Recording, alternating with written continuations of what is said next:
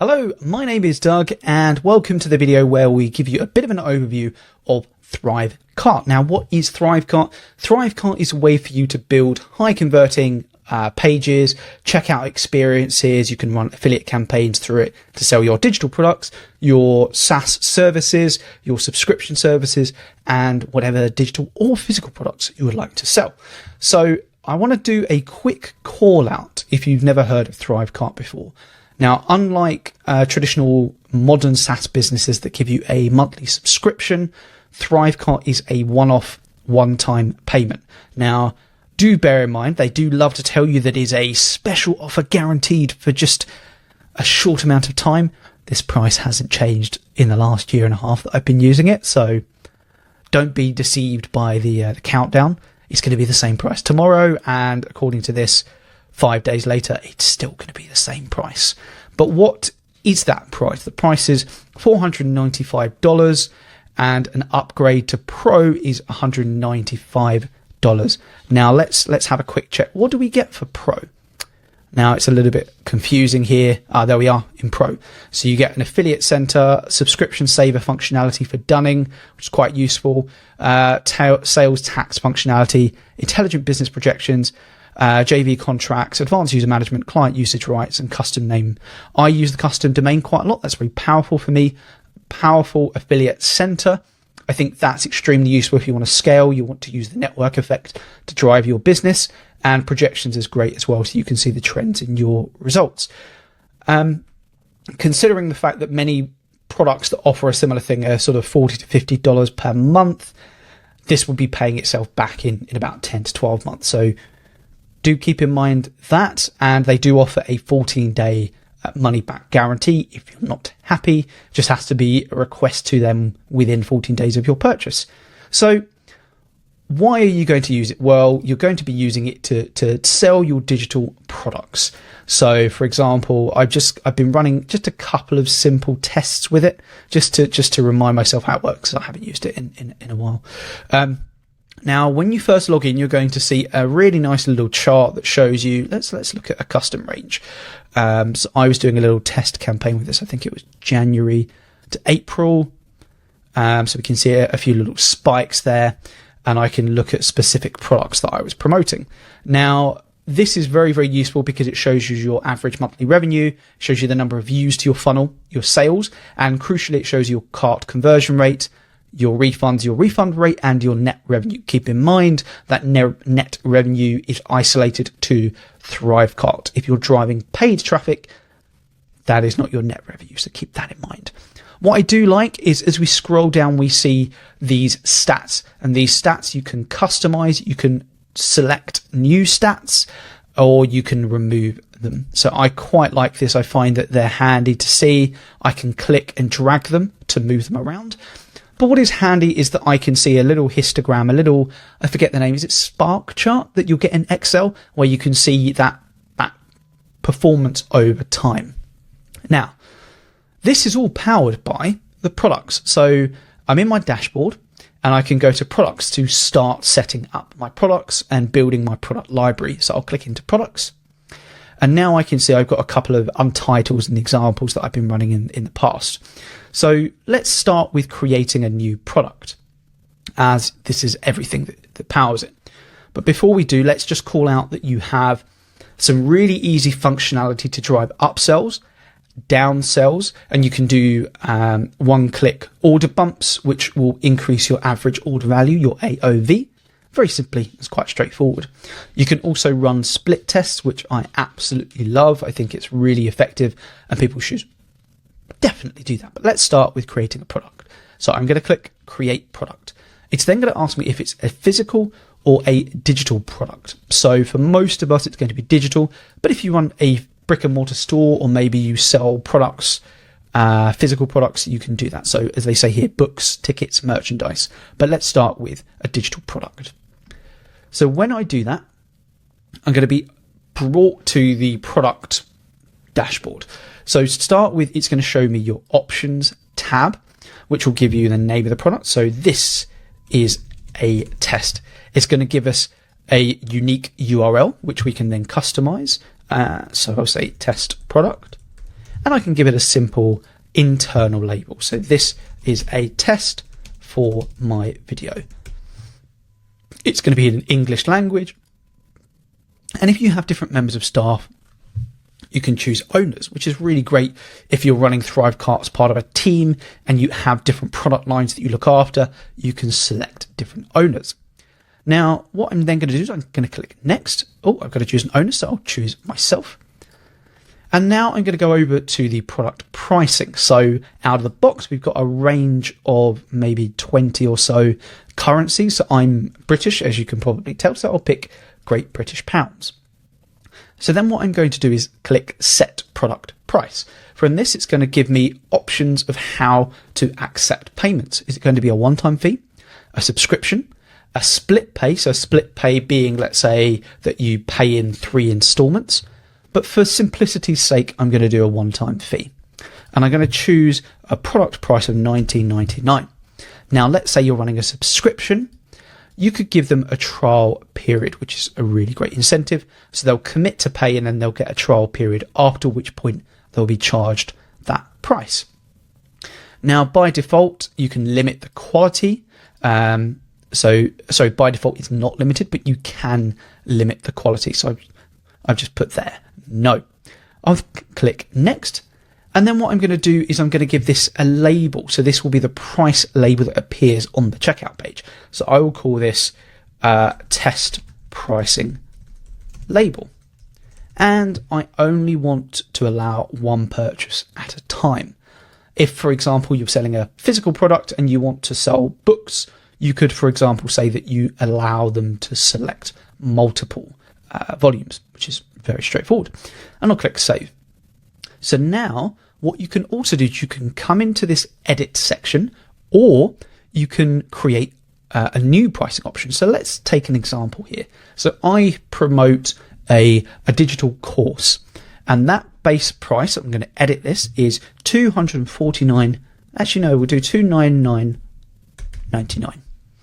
But that might be a little bit intimidating for some users. So I'll add in a split pay.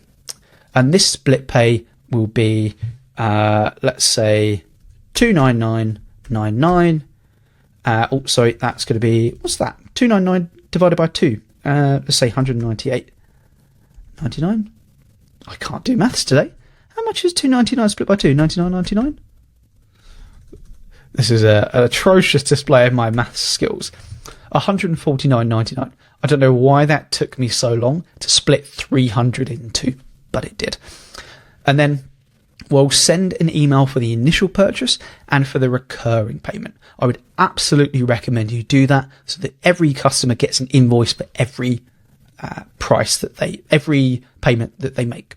I'll click next, and I'll say, let's call this pay in 2, and I'll put 149 2 times 149. There we go. And for the sake of simplicity, I'll go back to our test label and I'll change this to I'll call this one time payment, and I'll click save.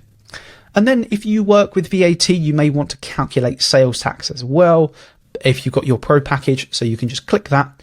You'll get a little statement there that you need to agree to, accept the terms, and then you'll be able to set your tax that you collect on that payment. And then what's really handy is you can set up a custom payment notification. So let's preview the basic preview. There we are. So we've got my old Digital Dojo logo there. I don't use that anymore, but it's there just for old time's sake. But let's say I want to edit this, and what I specifically want to do is I want to change the colors. So I can do that, and that will change, as you can see, the labeling here. Or maybe you want to update the logo. But what you can also do there is, let's say you have a link to access product. And that link, I can just click on the link and I'll say, just for this, google.com, HTTPS, google.com, and save that. And then that will mean that when someone purchases it on the invoice, they'll have a link directly to that product. So I'll save that. And there we go. So then what's going to come up next is a bump. Now, what is a bump, you may ask? So you may be familiar with those checkout experiences where you open up the product page and what you see is the basic pricing and then a little tick box. And we actually saw that on ThriveCart. So let's go back here. This little thing here we give it a tickle is actually a bump offer. Now, bump offer gives greater options to the customer. They get more for their buck, more bang for their buck. And what it also does is it will charge them that increased rate. So bump is used best if you want to increase the average order value and you want to give a little bit of extra value to the customer. But a specific call out, do not use a bump offer if your thing that you are selling, let's say, is a digital thing, and you're promoting this as the one-stop shop. This is the thing you need to get from A to B. And then you say, by the way, if you want some extra things to help you get from A to B, it undervalues your original offer. So if I offer you a digital course that will transform your digital marketing activities and get you to £1 million in revenue fast, but if you use this bump offer, it'll get you there quicker. See how it's already undervaluing the original base package. And the question I would ask to the vendor is, well, if the first one's going to get me there so quickly, why can't you just bundle it together? So think of it in terms of how can you present your offer or your package in different formats. So a really common example is if you're promoting, let's say, an ebook and you want to send them like a physical copy, or you want to send them maybe access to a gated community. It's different to that base offer, but it can be a way to consume it differently. So the PDF is a common example. So you'll get maybe a PDF document and then your bump is get a physical copy. That's a great example. It's not undervaluing the base package, but it gives you an additional sense of value. So let's do that. Let's set up a bump. And again, it's going to give me that physical and that digital. So I'm going to go digital. And a quick call out, I personally never use physical. So I would love to tell you that it's easy and straightforward as everything else in ThriveCart, but I couldn't do that in all honesty. I'm very familiar and most familiar with digital. So I'll click confirm. And then what I'm going to do is I'm going to give this a label, bump PDF download. And I'll go, give this a price of $9.99. And should bump be pre-selected by default? I dislike very strongly when you come to a checkout, you see a big price in big open letters that says, this is the price. And then when you look at the amount on your build amount, it is different. I find that deceptive. And I don't think that's a good practice that you should strive for. So would strongly recommend against leaving that checked. Selfishly, you may argue that it could increase average order values because users don't realize that they haven't checked it. I don't want to have a conversation with customers and where they feel that I've been misleading. I want to present them an offer and give them the option to pay more if they see the value in that bump, and I present good value that they want to accept. So if you're selfish, yes. If you believe in honest dealings with your customers, set no. So then what we're going to do is we're going to get to our payment processes. So by default, we have Stripe, PayPal, Authorize.net. So I'm going to select Stripe. I'm going to activate that. And I'm going to do Stripe Advanced. And I'm going to choose my Stripe account. And now it's activated. Now that is a facility for me to transact and accept payments. And finally, affiliates. We saw again in the Pro package that we have a comprehensive affiliate model. And I think affiliates is a really, really good thing to consider.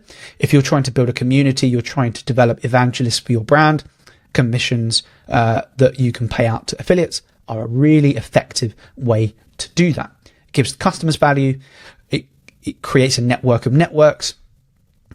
What's really cool about this is you can set up your commissions and you can say that it should be the same for all pricing. And you can then go in and very quickly say, right, I know that my GP on this $299 product is 90%, and I'm going to factor in 10%, 10% commission rate on the base product, and I'll go for a further 10% on the bump offer. So I think that's quite a good incentive. I think between 5 and ideally 5 to 25% is a really good incentive for affiliates to get value from your product. The smaller the price of the product, the higher that commission should be. The higher the product price, the lower that commission should be, in my view. But then again, if you've got super high margin or super low margins, if your profit margin is 90%, you've got a lot of wiggle room to play with. So consider that. And then we've got our attribution window. So commissions are due after, say 14. Sorry, I said attribution window, payout and commission window. So I'll say 14 days. So then what we can do is we can set up the options on their affiliates. So let's say when you accept new affiliates, do you want to auto approve them or manually approve them? I like auto approve, unless of course you have very rigorous standards. So perhaps you offer something that is a very premium service and you want your affiliate network to be vetted, then you can manually approve them. So then we've got a couple of options here. So you've got customers are taken here after clicking on affiliate link. It is usually your product sales page. Click the add button to give multiple links. So perhaps you've got separate pages that you want to drive them to within your funnel. Maybe you've got a landing page, a sales page, and a checkout page. Rather than going to the landing page, you want affiliates to be able to go straight to that checkout page. You can do that here. Nice and simple. I'm then going to go into next. And now we're going to go into some of the fulfillment. Very, very straightforward. You need to give a support email. So I'm going to use my own email. And if you want to reach out to me with any questions, you can use this email, doug@dougdigital.co.uk. And what should happen after they make their purchase? You can either display their total invoice, send them to a URL, or add them to a membership site. So those membership sites, I think ThriveCart's connections include Thrive Architect, Teachable, Kajabi, is it Podia that offers it? Certainly those that I've mentioned, and then also Thrive's own Thrive Learn platform. You can send them to that as well. Now, what I like to do is I like to just display their total invoice, and then that will show on there the link that they need to go. But maybe you've got a dedicated thank you page that you're tracking with a little bit more customizability, and you could send them to that URL. And do you want to ship a CD, DVD to your customers via Kanaki? I've never used that. Maybe you do, maybe you don't. That's up to you to decide. Now, we have clicked next and we are in the checkout phase of the experience. So this is where you're going to be building that checkout. And thankfully, we've got a large library, a gallery of templates that you can use. But before we do that, let's cast our eyes over to tracking. So the tracking is going to enable you to set up your pixel, to log your purchase event. From there, you can enable the Facebook's conversions API, which is fantastic. Very, very useful to get really accurate reporting in your Facebook ads. Google, so you can integrate directly with GA4. Universal Analytics is still there, but you want to use your measurement ID for GA4. And then my typical installation is Google Tag Manager, where I just put my Tag Manager ID, and then ThriveCart has a dedicated container file. Now, I will say, they say get container file. Now, maybe they've changed it, but this was actually a little bit of a rabbit trail to access. So for those that don't know, Google Tag Manager is arguably the best way, in my opinion, to set up tracking pixels for your website. So Hotjar, GA4, Facebook tracking, your CMS of choice, and to fire events. And it's particularly recommended if you do indeed use GA4. So what you would do in Tag Manager is you would embed all of your tracking into what's called a container. This will contain your pixels, the triggers that will determine when those pixels fire, and any sort of unique any unique custom variables that you determine that you should set up. So let's see if they've changed it. Now, what I want to do is I want to get the container that I can import into Tag Manager. So I'll click Get Container File. Oh, this is already different. Okay, so I'm not going to do this because this is different to how it used to be. But from the looks of things, I can plug in the name of my container and my GA4 measurement ID, which you can get in GA4, and paste it here, and it looks like it will download a container. So now what used to happen is it will take you to a help article, which will take you to another help article, which may or may not contain the link to the container file, which was not, as this is pre-configured. So this seems straightforward. So it's slightly different to how I've done it before. So that is that. And then you've got your visual website optimizer. I don't know what that is, so I'm not going to touch that for you. So you set up the tracking, and then we go to design, browse gallery. Now, what you're going to see is this really nice selection of experiences. So I can click on preview, excuse me, and then I can get a nice little example of how this is going to look. And I think this looks pretty good. Now, this is the all tab, but I can just go to the checkouts, specifically just checkouts rather than more of a landing page. I can do a modal, which I could use as a little, just like a little box. And I can use an embeddable, which is great if you house your checkout experience, say on ClickFunnels, or let's say you're using Convertry or something else. You can actually embed these. So a common use case I use for embeddables is in Convertry, I trigger pop-ups. So if someone's interested in purchasing, I'll trigger a pop-up, which will do an overlay on the page where I would embed these pop-ups, these modules. And then you can also set up templates. So you can create repeatable templates that are branded to you. So let's go with one for simplicity's sake today. And we're going to go with, I think, this one here. So we've got a nice and simple columned checkout and not too much text. So that should give us a little bit to play with. So I'll click on that. And now what it's going to do is bring us over to the WYSIWYG, the what you see is what you get editor. So to start with, you have on the right hand side the main window, which will show you your page. At the top, you will see the different pages within this checkout experience. So you've got your cart page 1, your cart step 1, and your cart step 2, and your success page. So I can click on those. And what this is going to do is it's going to change this little columned white module here. So I go to 1, it's got the base information where I can choose the price. And if I go to step 2, it shows there. Now this is nicknamed a 2-step order form. Now what is a 2-step order form? A 2-step order form presents a way for you to initially capture the lead, present them with a price link, and then the second step will enable you to take payments. It will be a better use case for driving abandoned carts because you can capture their information initially. And what it also does is, I think, visually gives you a sense that if I press this button, I'm not going to be immediately charged. Whereas a one-step or one-step checkout is where it contains all of the information. You put your card details in, you press go, and it doesn't really give you anything to consider. So on the left-hand side is where we've got this wonderful enhanced editor.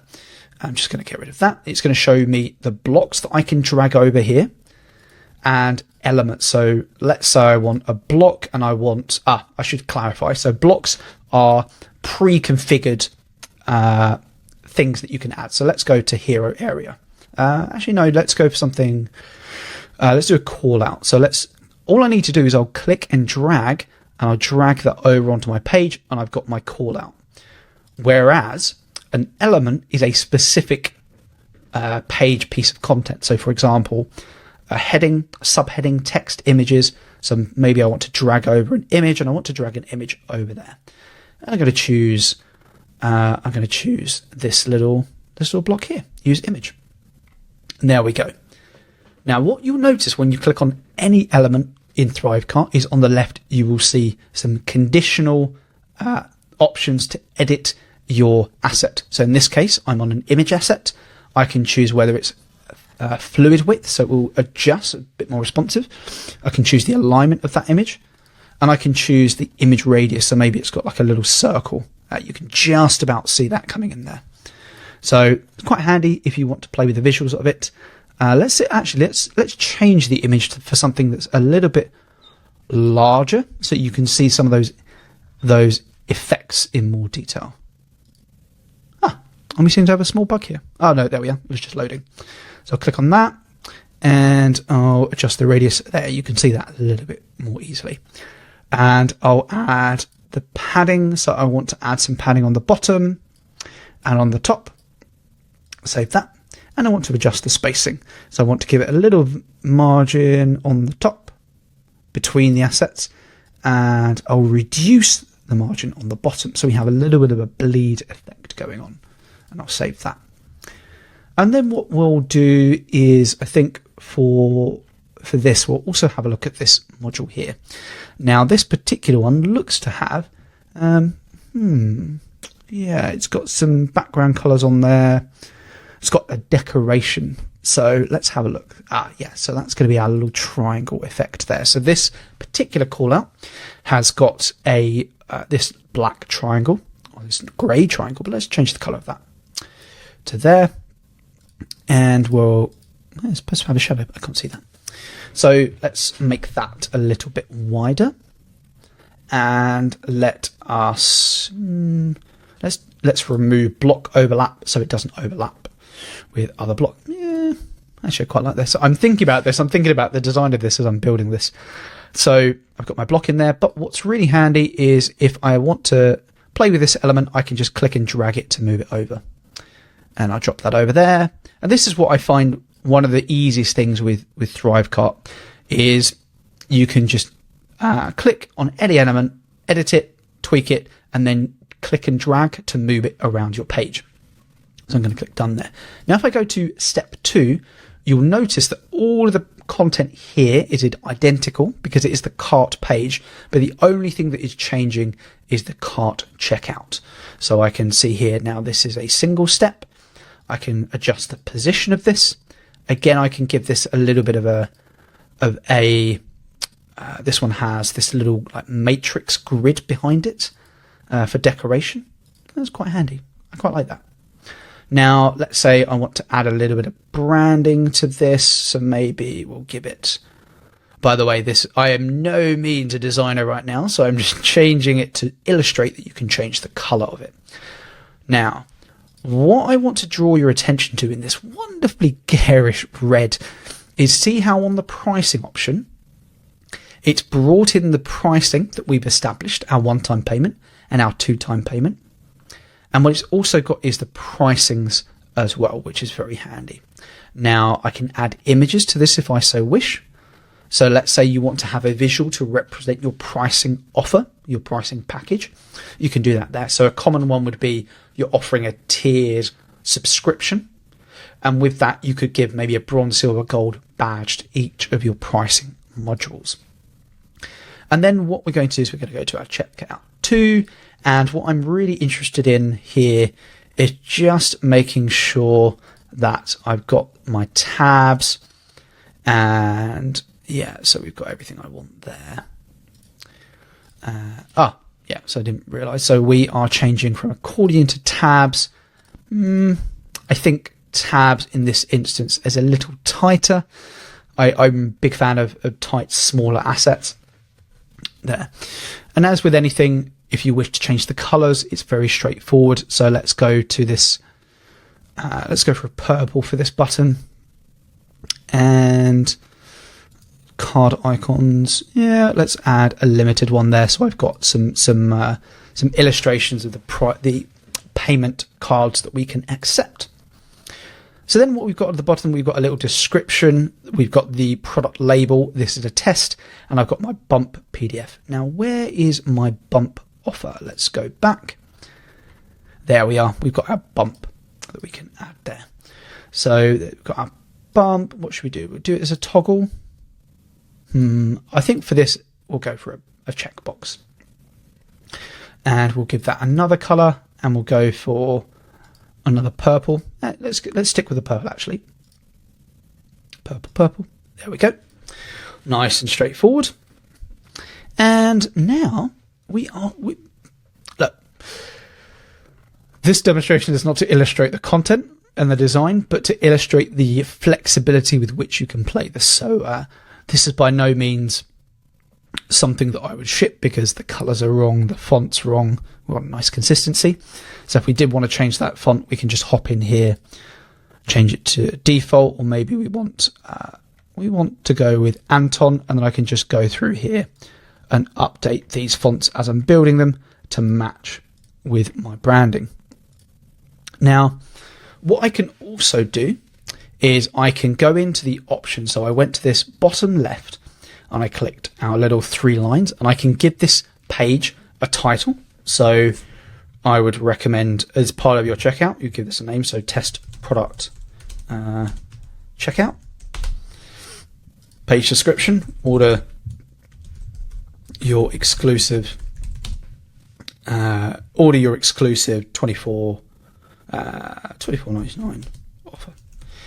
Do you want it to be indexable? So do you want it to appear on search engines? Yes or no? You can do that there. And then what you can also do is add in a little favicon, which is when you open a web page, you see the little icon next to your browser tab. That's your favicon. You can upload that here. So I'm just going to do one for my head.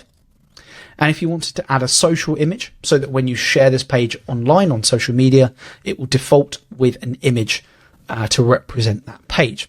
So I can just click in here, and I'll click this one here for simplicity's sake, and click save. So now I've set up the page title, which will appear on my tab, the description, the meta description. I've given it the favicon and the social icon for when I share it. I'll just save that. So save in the top left. And now let's have a quick check at how this looks on mobile. Oh, look at that. Looking very good. Very, very smart. And there's our checkout. Now, crucially, when you're viewing on mobile, unfortunately, you cannot edit it on mobile. And I've yet to see an example of where you can conditionally display something on mobile versus desktop. So do keep that in mind if you're creating a bespoke mobile offer. ThriveCart, in my view, isn't the best tool to do that. Now, in the bottom left, I want to just draw your attention to save as custom template. Now, do you recall when we started looking at our product library, we saw templates? Sorry, for your gallery, you can look at your templates. Now, you can build your page and then save as a custom template.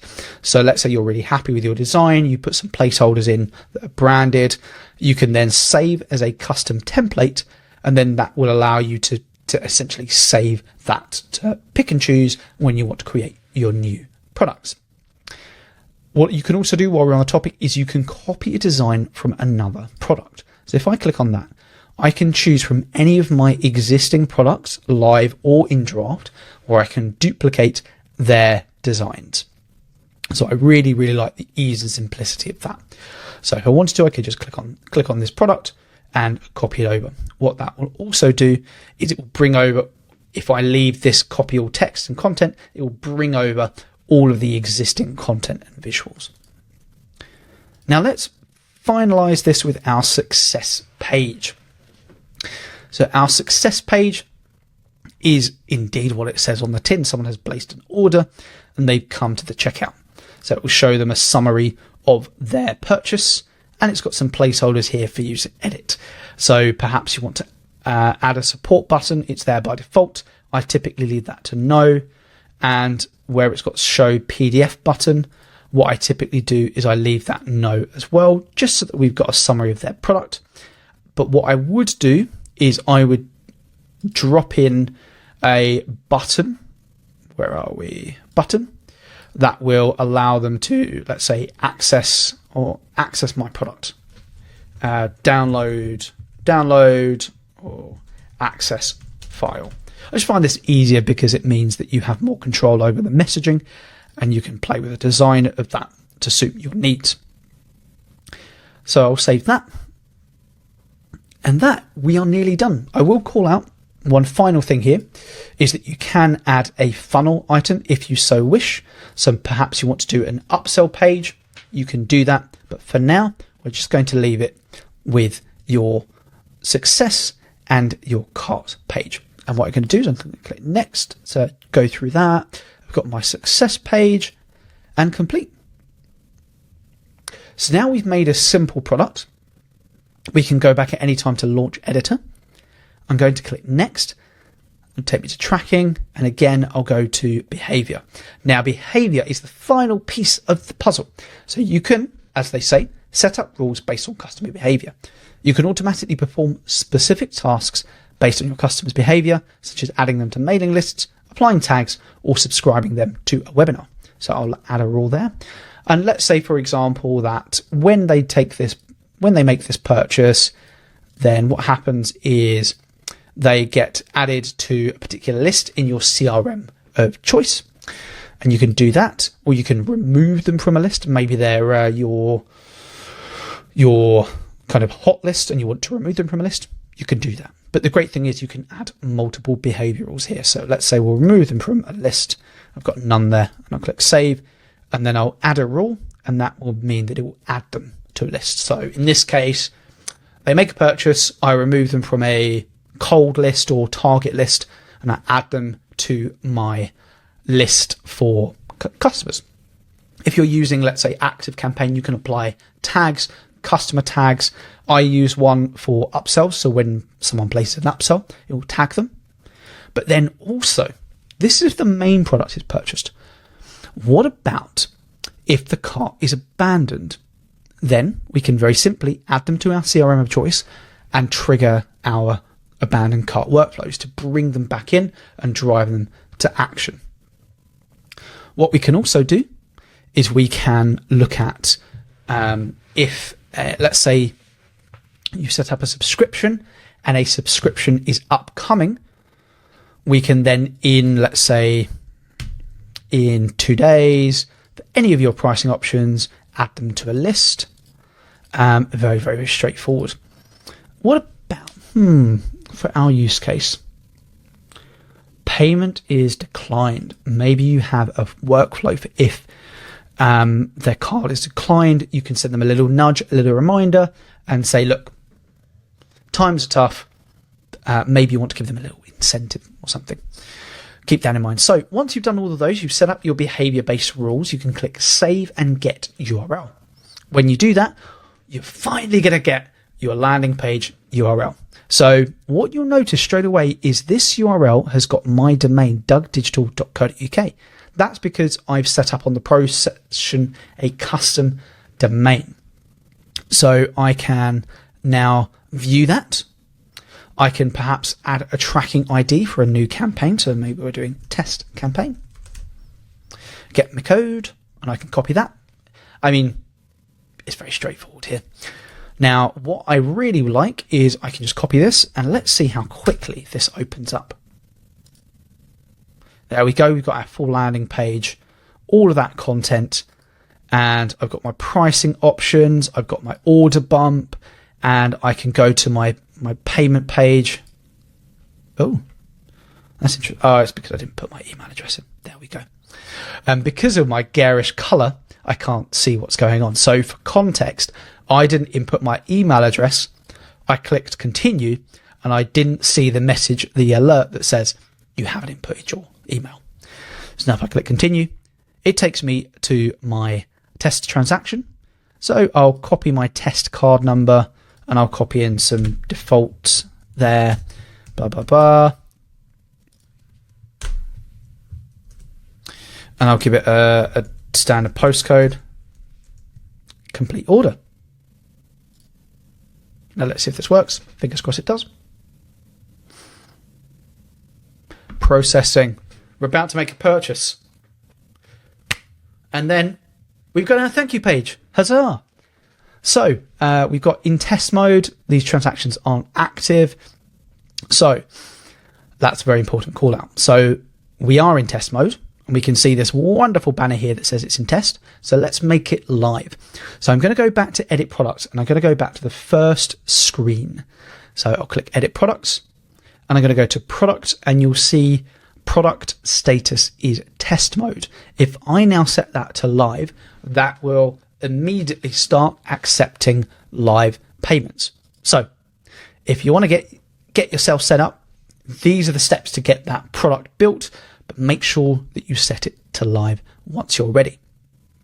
Now, a few final call outs as we round off our overview of ThriveCart. We built a product. We can also see transactions and partners with our affiliates. I do have some data in there that I won't be able to show on camera, but what I will draw your attention to instead is the settings section.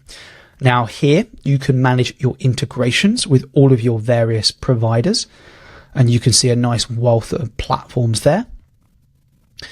What we can also do is I can blacklist users by IP address or email address. Very helpful if you have a do not contact or there are users that you don't want to be making payments. You can add them there to your blacklist. Account wide settings. So this is where you can handle your invoices, the finances. So let's have a look. So invoices is going to show you your customer invoice, and you can give them an ID to start with and a little prefix. So maybe your business, let's say biz ID there. Let's save that. And I've got my finances. So this is where I can set up that finance window to manage our tax. Customer hub. That I'll put my hand up, isn't something that I've used. It's not something that I can really direct your attention to. We've got the affiliate area. I would love to show you this. It is very straightforward, but I don't want to share any user details in there.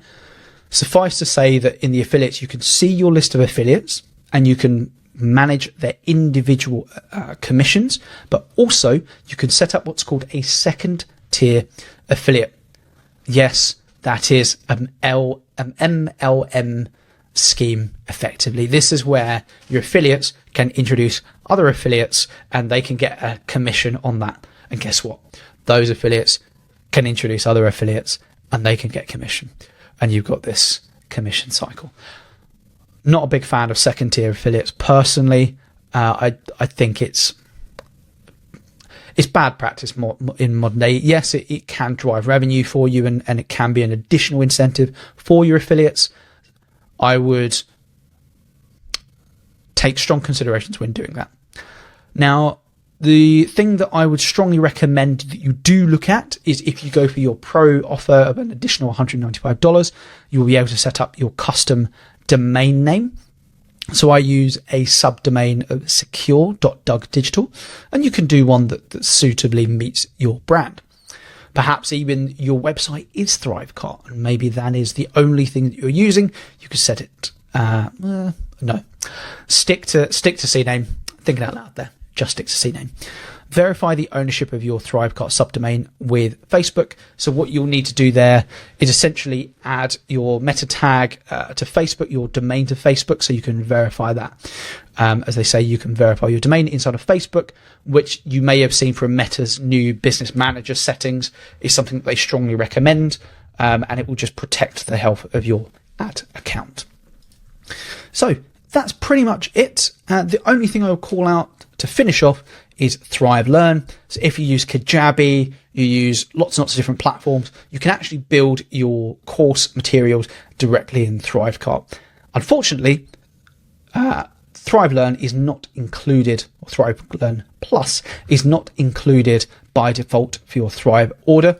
So for that, let's have a look. You will have to pay, I think it's $195 there.